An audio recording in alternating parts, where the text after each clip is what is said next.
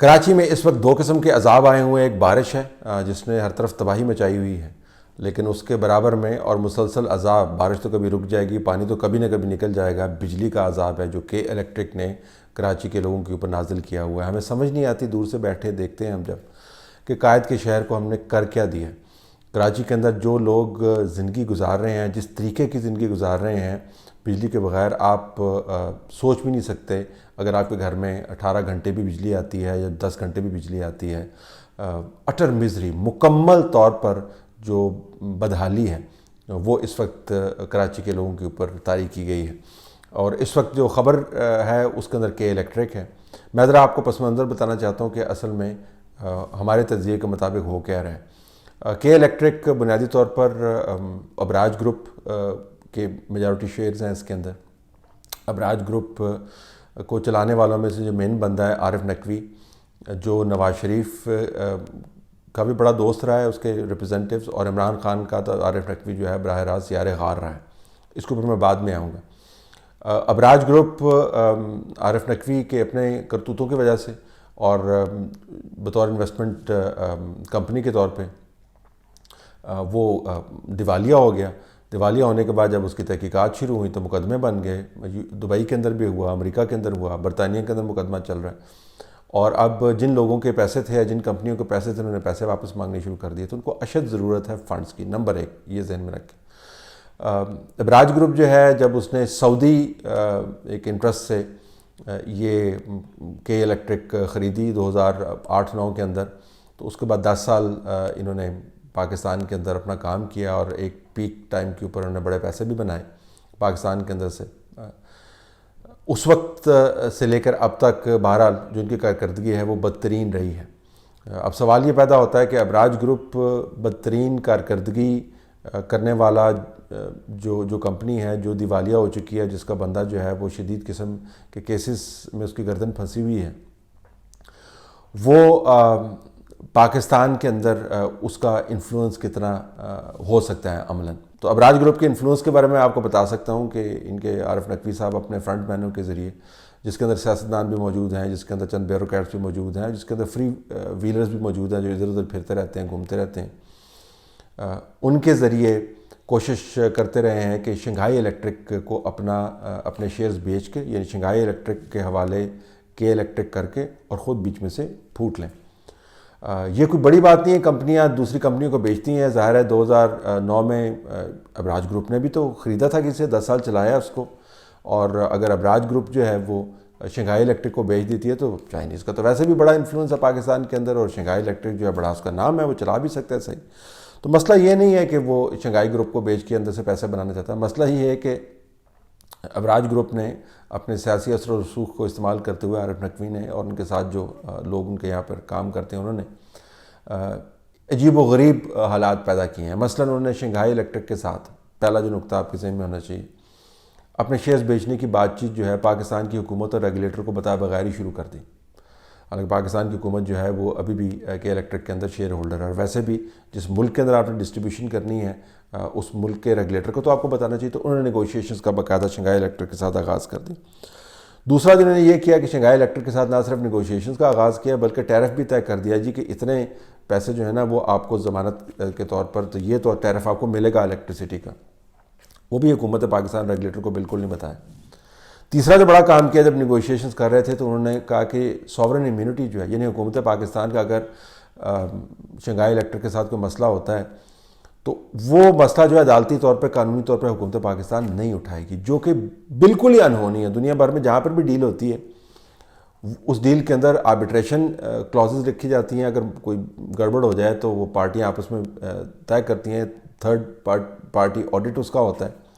تو ابراج گروپ نے Chinese company کے ساتھ پاکستان کی حکومت کو بائی پاس کرتے ہوئے یہ بھی کہہ دیا جی کہ سوورن گارنٹی پاکستان کی حکومت جو نہیں اٹھائے گی، جو پاکستان کے وزیر اعظم کے پاس بھی یہ اختیار حاصل نہیں ہے کہ وہ جو سوورن امیونٹی ہے کل کلاں کو اور کوئی مسئلے وہ کھڑے کر دیں اور پاکستان کی حکومت کے ہاتھ باندھ کے ابراج گروپ جو ہے وہ آرام سے خود نکل جائے پیسے بنا کے. اور چائنیز کے ساتھ پھر آپ کیسے ڈیل کریں گے؟ تو ایک تو یہ معاملہ تھا. تیسرا یہ تھا کہ ابراج گروپ نے اپنی کوئی ذمہ داری پوری نہیں کی 10 سال کے اندر نا، اور بہت ساری ان کی طرف پاکستان کے پیسے بنتے ہیں.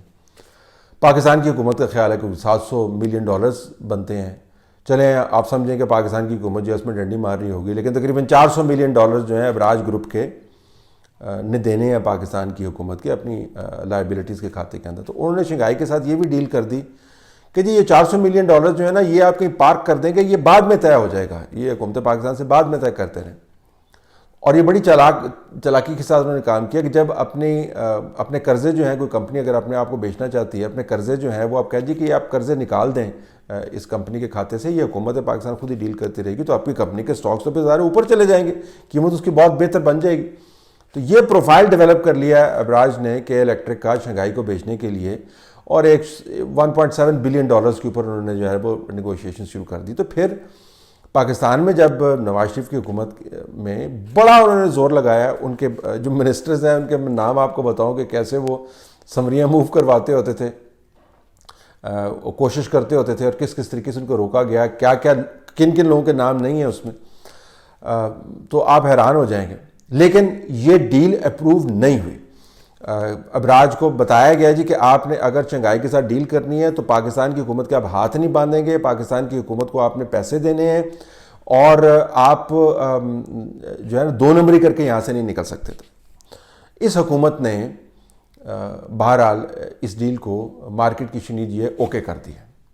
ہمیں نہیں پتا کن ٹرمز کے اوپر کیا ہے، ہمیں نہیں پتا کہ ساورن امیونٹی انہوں نے رکھی ہے نہیں رکھی ہے، ہمیں نہیں پتا کہ وہ $400 ملین جو دینے تھے ابراج نے پاکستان کو، وہ چائنیز کے ساتھ جب ڈیل ہوگی تو ان کا کیا بنے گا، اور ہمیں نہیں پتا کہ ٹیرف کیا ہوگا. اس وقت میں آپ کو یہ بھی بتا دوں کہ ایک نیشنل سیکیورٹی کلیئرنس سرٹیفکیٹ ہوتا ہے، وہ بھی اس ڈیل کے اوپر جاری نہیں کیا جا رہا تھا. اب پتہ چلا ہے مجھے، ہو سکتا ہے خبر غلط ہو کے اس کو بھی جاری کر دیا گیا. تو اب ڈیل جو ہے وہ عملاً ہمیں بتایا گیا کہ طے ہو گئی ہے. اب آپ کہیں گے کہ اس کا تعلق بجلی کے بحران کے ساتھ کیا ہے؟ چلیں 2 نمبری جو ہو رہی تھی ابراج کی طرف سے، ان کے چمچوں کی طرف سے پاکستان کے اندر، وہ کچھ دیر رکی گئی، اب ہو گئی. تو پھر اس کا بجلی سے کیا تعلق ہے؟ بجلی سے بڑا گہرا تعلق ہے کہ اگر آپ نے ایک 2 نمبر ڈیل کی ہے اپنے دوستوں کو فائدہ پہنچانے کے لیے، تو آپ چاہیں گے نا کہ لوگ اس ڈیل کے اوپر کوسچن نہ اٹھائیں. اب اگر آج شنگھائی والے انہی ٹرمز کے اوپر ابراج کی ڈیل رفلی لے لیتے ہیں اور حکومت پاکستان اس کے اوپر اعتراض وہ نہیں اٹھاتی جو اس کو اٹھانے چاہیے، اور آپ کی مزری جو ہے وہ دور ہو جاتی ہے شنگھائی کے آنے کی وجہ سے، تو آپ نے سوال تھوڑے پوچھنے. آپ تو کہیں گے شکر ہے یار پنکھا چلا، شکر ہے یار لائٹ چلی، شکر ہے یار ہماری جو ہے دکان چلی، بچے بچے، بیماریاں ختم ہوئی، ہسپتال کے اندر بجلی آئی. تو آپ نے یہ تھوڑی پوچھنا ہے کہ کن ٹرمز کے اوپر ہوا. تو یہ 2 سال کے اندر جو مزری ہے عوام کی، یہ ایک پبلک جسٹیفیکیشن بنائی جا رہی ہے اس ڈیل کو تھرو کروانے کے لیے، جس ڈیل کے اندر بہت بڑے گھپلے ہیں جس کے بارے میں تفصیلات اویلیبل نہیں ہیں. نمبر 2، عارف نقوی صاحب جو ہیں وہ پچھلی حکومتوں میں تو اپنا انفلوئنس چلاتے ہی رہے ہیں، کوشش کرتے رہے ہیں. عمران خان کے یار غار ہیں، بڑی اہم میٹنگز کے اندر وہ بیٹھتے رہے ہیں، تصاویر آپ کے سامنے ہیں. عارف نقوی کی دوستی عمران خان سے اتنی پکی ہے کہ جب لندن ایئرپورٹ پر ان کو گرفتار کیا گیا تو انہوں نے جو نمبر دیے، ان نمبر میں سے ایک نمبر عمران خان کا بھی تھا. یہ وہ نمبر تھے کہ جب ان پر مشکل پڑے تو ان لوگوں سے رابطہ کیا جائے. بعد میں قانونی کارروائی کے اندر یہ بھی کہا گیا کہ ہمیں ان کی ضمانت منظور نہیں ہے، کہیں یہ نہ ہو کہ یہ پاکستان بھاگ جائیں، کیونکہ پاکستان کا وزیر اعظم ان کا بڑا قریبی دوست ہے. اس کے علاوہ ریحام خان نے اپنی کتاب کے اندر ذکر کیا ہے کہ کس طرح عارف نقوی اور ابراج گروپ کے ساتھ عمران خان کے کتنے گہرے تعلقات ہیں، اور پارٹی ڈونیشنز کے معاملات اور فیورز کا معاملہ جو ہے وہ کیا ہے. آپ ریحام خان کی بات پر یقین نہ کریں، لیکن جو ارد گرد کے شواہد ہیں اس کے پیش نظر اس قسم کے الزامات میں آپ کو صداقت کی بو آنے لگتی ہے. اور سب سے بڑی بات یہ کہ پاکستان تحریک انصاف کے وہ ڈونر بھی رہے ہیں. اچھا، اب یہ ڈونیشنز کا وہ معاملہ ہے جو آلریڈی بین الاقوامی طور پر اس کے اوپر تحقیقات ہو رہی ہیں. تو جن لوگوں نے پیسے ابراج کے اندر انویسٹ کیے تھے، ابراج کے عارف نقوی صاحب پی ٹی آئی کو اگر وہ ڈونیٹ کرتے رہیں، تو پھر تحقیقات گلوبلی جب ہوں گی، آڈٹ ہوگا تو پتہ چل جائے گا نا کہ پیسے کہاں کہاں پہ عارف نقوی صاحب پھینکتے رہیں اور اپنا انفلوئنس بڑھاتے رہیں. تو اب ایشو یہاں پر آ کے رکا ہوا ہے کہ عارف نقوی صاحب کو کی گردن پھنسی ہوئی ہے شنگھائی کے ساتھ ڈیل کے اندر. اگر ان کو فائدہ ہوتا ہے، بہت سارے ان کو پیسے مل جاتے ہیں، تو اس سے بہت سارے انویسٹرز جو ان کی گردن کے اوپر آئے ہوں ان کو پے آف کر کے اپنی جان بچانے کی کوشش کریں گے. عمران خان صاحب کے دوست ہیں، ڈونر رہے ہیں پاکستان تحریک انصاف کے، اگر ان کو یہ فیور ملتی ہے تو یہ بہت بڑا اسکینڈل ہوگا. لہٰذا بہت ضرورت ہے اس بات کی کہ پتہ چلے کہ شنگھائی کے ساتھ ابراج کی جو ڈیل ہے جو اتنے عرصے تک رکی رہی تمام تر انفلوئنس پیڈلنگ کے باوجود، اب اس کو جب تھرو کیا گیا تو اس کے ٹرمز اینڈ کنڈیشنز کیا ہیں، نمبر 1. نمبر 2، یہ جو عوام کے اوپر عذاب آیا ہوا ہے، اس عذاب کے پیچھے اصل محرکات کیا ہیں؟ کہیں یہ جسٹیفیکیشن تو نہیں بنانے کی کوشش کی جا رہی کہ جب شنگھائی کے ساتھ ڈیل ہو جائے تو لوگوں کو وقتی طور پر فوری سہولت مہیا کر دی جائے تاکہ کوئی اس کے اوپر سوال ہی نہ پوچھے، سارے بس یہی شکر ادا کرتے رہیں کہ اللہ تیرا شکر ہے، شنگھائی والے آئے ہیں، کتنی اچھی ڈیل ہو گئی ہے، ہماری جان بچی ہے، ہمارے گھر میں بجلی آ گئی ہے، اور کوئی یہ نہ پوچھے کہ ابراج نے اس ڈیل کے اندر سے کتنے پیسے بنائے اور وہ پیسے عوام کی جیبوں سے شنگھائی والے کیسے نکالیں گے. یہ بہت بڑے سوال ہیں جن کے جواب کی تلاش ہے. لیکن مجھے لگتا یہ ہے کہ یہ مزری جو ہے صرف اس وجہ سے نہیں ہے کہ ڈسٹریبیوشن کا اور سپلائی کا معاملہ ہے، مسئلہ یہ بھی ہے کہ شنگھائی کے ساتھ جو ڈیل ہے وہ اب آپ کو جسٹیفائی کرنی ہے، اور اگر لوگوں کو وقتی ریلیف ملتی ہے شنگھائی ڈیل کے ساتھ تو پھر کوئی یہ سوال نہیں اٹھائے گا کہ اس ڈیلز کی ٹرمز اینڈ کنڈیشنز کتنے اسکینڈلس ہیں.